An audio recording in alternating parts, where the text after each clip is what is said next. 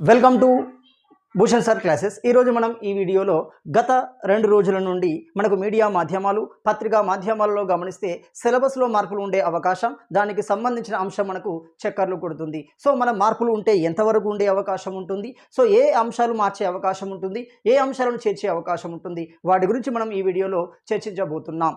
So మొదటిసారి నా వీడియోని వీక్షిస్తున్నట్లయితే వెంటనే నా ఛానల్ను సబ్స్క్రైబ్ చేసుకోండి. ఇక్కడ గమనిస్తే టీజీపీఎస్సీకి సంబంధించిన సిలబస్లో మార్పులు. సో సాధారణంగా ఒక బోర్డ్ 10 సంవత్సరాల తర్వాత కాలానుగుణంగా సిలబస్లో మార్పులు చేయడానికి ప్రయత్నం చేస్తుంది. సో అలాంటి ప్రయత్నంలో భాగంగానే 10 సంవత్సరాలు గడిచిన నేపథ్యంలో టీజీపీఎస్సీకి సంబంధించిన కొన్ని సిలబస్లో కొన్ని మార్పులు చేయడానికి మనకు కమిటీలను ప్రతిపాదించడం జరిగింది. అందులో బాలకృష్ణారెడ్డి ఆధ్వర్యంలో సిలబస్లో మార్పులకు సంబంధించిన కమిటీ, దాంతో పాటుగా మరో 3 కమిటీలను వేయడం జరిగింది. అందులో మొట్టమొదటి కనుక కమిటీని గమనిస్తే క్వశ్చన్ బ్యాంకుకు సంబంధించి. సో ఈ క్వశ్చన్ బ్యాంకు టీజీపీఎస్సీ దగ్గర లేదా అంటే ఉంది, కానీ ఆ ప్రశ్నల యొక్క సరళి ప్రస్తుత పరిస్థితులకు అనుగుణంగా, ప్రస్తుత విద్యార్థుల యొక్క మేధోమథనాన్ని పరీక్షించే విధంగా లేదు.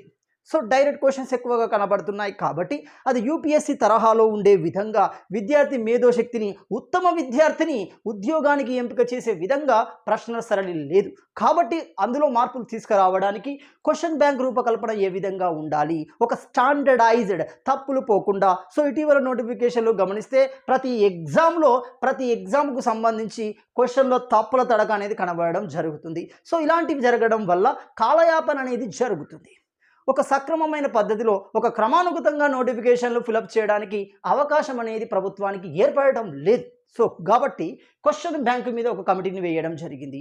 అదేవిధంగా రెండోది గమనిస్తే ఇంటర్వ్యూలు నిర్వహించడానికి అసలు సాధ్యాసాధ్యాలను గమనించాలి. ఇక్కడ ఇంటర్వ్యూలు నిర్వహించడానికి ఒక కమిటీని వేసింది. నాకు తెలిసి ఆ కమిటీ నుండి ఇంటర్వ్యూలు నిర్వహించకూడదు అనే నివేదిక వస్తున్నట్టుగా తెలుస్తుంది. సో ఎందుకు అంటే ఈ విషయాన్ని ఎందుకు చెప్తున్నాను అంత బలంగా అంటే, సో గత గ్రూప్ 1లో గమనిస్తే, గత గ్రూప్ 2లో గమనిస్తే ఇంటర్వ్యూలు ఉండడం ద్వారానే అవకతవకలు జరిగాయి అనేది విద్యార్థి లోకం నుండి వస్తున్న అతిపెద్ద డిమాండ్. సో ఇలాంటి డిమాండ్ నేపథ్యంలో అవినీతికి తావు లేకుండా ఒక ఖచ్చితత్వంగా, ఒక పారదర్శకంగా, ఒక న్యాయమైన విద్యార్థికి ఉద్యోగం వచ్చే విధంగా ఈ ఇంటర్వ్యూ ప్రాసెస్ని గత ప్రభుత్వం ఎత్తివేయడం జరిగింది. కాబట్టి మళ్ళీ అదే నివేదిక ఇచ్చే అవకాశం ఉంటుంది. ఒకవేళ ఇంటర్వ్యూ ఇచ్చినా అతి తక్కువ మార్కులతో ఇంటర్వ్యూ అనేది పెట్టే అవకాశం కనబడుతుంది. ఇక్కడ మీరు భయపడాల్సిన అవసరం లేదు. బాగా గమనించండి. సో ఉన్నా లేకున్నా అంతగా ప్రాధాన్యం లేకుండా కేవలం వ్యక్తి యొక్క వ్యక్తిత్వాన్ని టెస్ట్ చేసే విధంగా ఇంటర్వ్యూ ఉండే అవకాశం ఉంటుంది. బాగా గమనించండి. అది పూర్తిగా నోటిఫికేషన్ పూర్తిగా అతని యొక్క ప్రిఫరెన్స్ని, ఆ జాబ్ని ఇండికేట్ చేసే విధంగా, ప్రభావితం చేసే విధంగా ఉండకపోవచ్చు. బాగా గమనించండి. సో మూడోది గమనిస్తే టెక్నికల్ అంశాలు గమనించాలి. ఈ టెక్నికల్ అంశాలే చాలా ప్రమాదానికి గురి చేస్తుంది.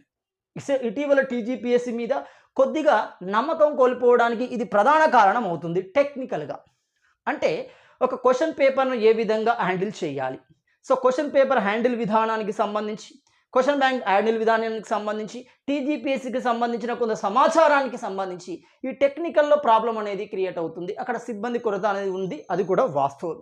సో సిబ్బందిని అలకేట్ చేసి, టెక్నికల్ సిబ్బందిని మరింత అలకేట్ చేయడం ద్వారా మరింత పారదర్శకంగా, మరింత ఖచ్చితత్వంగా మనకు టీజీపీఎస్సీ ఉద్యోగాలు భర్తీ చేసే అవకాశం ఉంటుంది. బాగా గమనించండి. కాబట్టి మొత్తంగా 4 కమిటీలను వేయడం జరిగింది. ఆ కమిటీలు త్వరలోనే నివేదికను ఇచ్చే అవకాశం ఉంటుంది. సో ఆ నివేదిక ఇచ్చిన తర్వాత సిలబస్లో మార్పులకి ఇక్కడ గమనించాలి.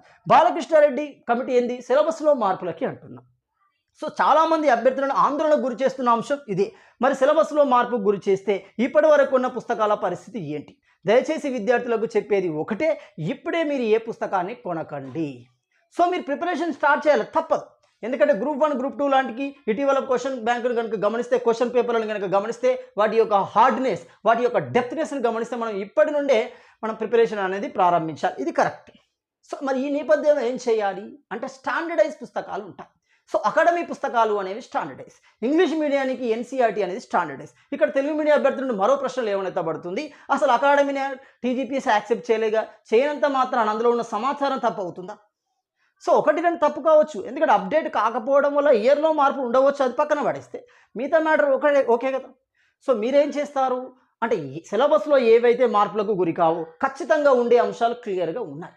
సో మొత్తం సిలబస్ని 100%గా గమనిస్తే 95%, బాగా గమనించండి, 90 నుండి 95% సిలబస్ మార్పు కాదు. బాగా గమనించండి, 90 నుండి 95. నేను ఎందుకు చెప్తున్నాను, ఇంకో 5 ఎందుకు పెంచాను అంటే, ఈ 5 పెంచడానికి కారణం ఏంటి, ఉన్న సిలబస్లో కొన్ని అంశాలు తీసివేసే అవకాశం ఉంటుంది.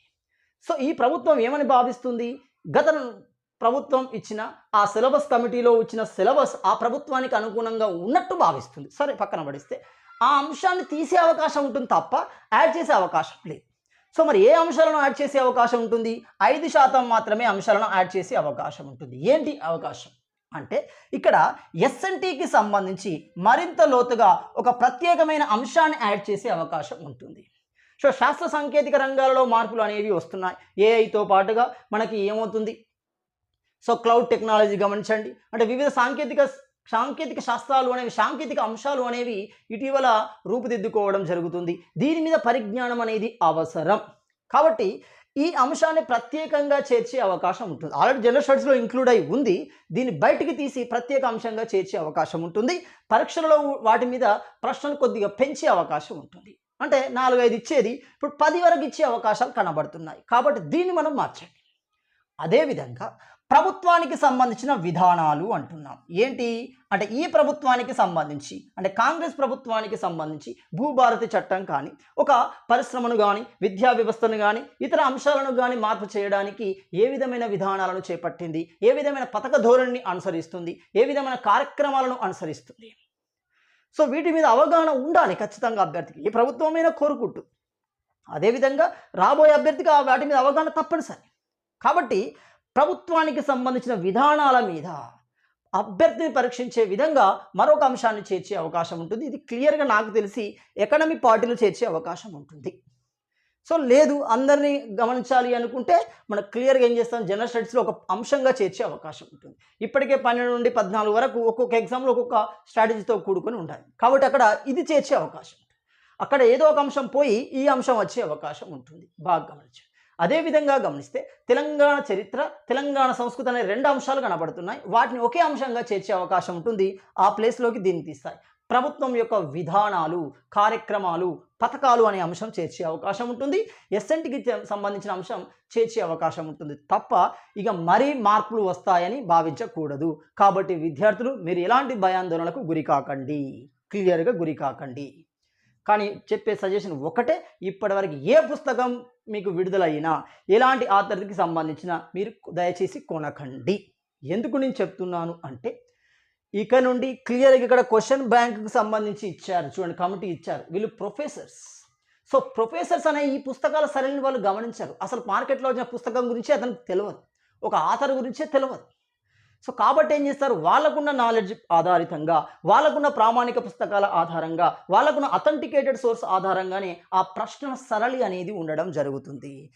మారుతున్న పరిస్థితులకు అనుగుణంగా ఆ ప్రశ్నల సరళి ఉంటుంది. యూపీఎస్సీ చూడండి, ఏదైనా ఒక మ్యాగజైన్లోకి వెళ్ళి, ఏదైనా ఒక పుస్తకంలోకి వెళ్ళి ప్రశ్నలు వస్తాయో రావు.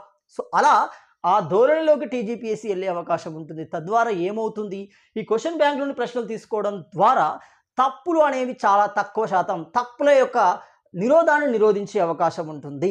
చాలా నిరోధించే అవకాశం ఉంటుంది. అసలు యూపీఎస్లో తక్కువ, మ్యాక్సిమం ఉండదు, 1 or 2 అసలు అది కూడా ఉండదు. దానికి క్లారిఫికేషన్ ఉంటుంది వాళ్ళ దగ్గర.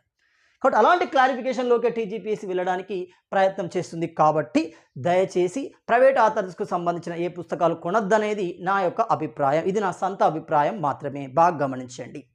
మీరు ఏం చేయండి, నోటిఫికేషన్ వచ్చిన తర్వాత మనం కావాలనుకుంటే తీసుకోండి. కానీ అడిగే ప్రశ్నలు సరే చూడండి, sequence of order, match the followings, true statement, wrong statement అంటే ఈక్వల్ టు యూపీఎస్సీ. యూపీఎస్సీ ఏంది, యూపీఎస్సీకి మించిన ప్రశ్నల యొక్క సరళి ఇక్కడ కనబడడం జరుగుతుంది. కాబట్టి మీరు ఎంత డెప్త్గా చదవాల్సి ఉంటుందో గమనించండి.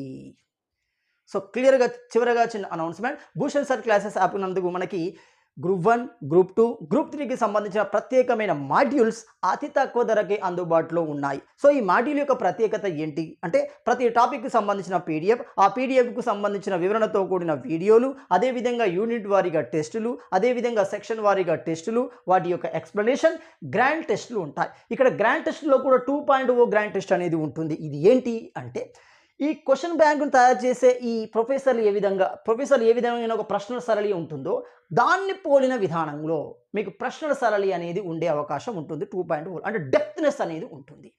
సో ఇలా మీకు ఇవన్నీ ఒకే ధరకి, అతి తక్కువ ధరకి మీకు అందుబాటులోకి వస్తున్నాయి. వెంటనే మీరు యాప్ స్టోర్లోకి వెళ్ళి భూషణ్ సార్ క్లాసెస్ యాప్ని డౌన్లోడ్ చేసుకొని చూడగలరు. Thank you.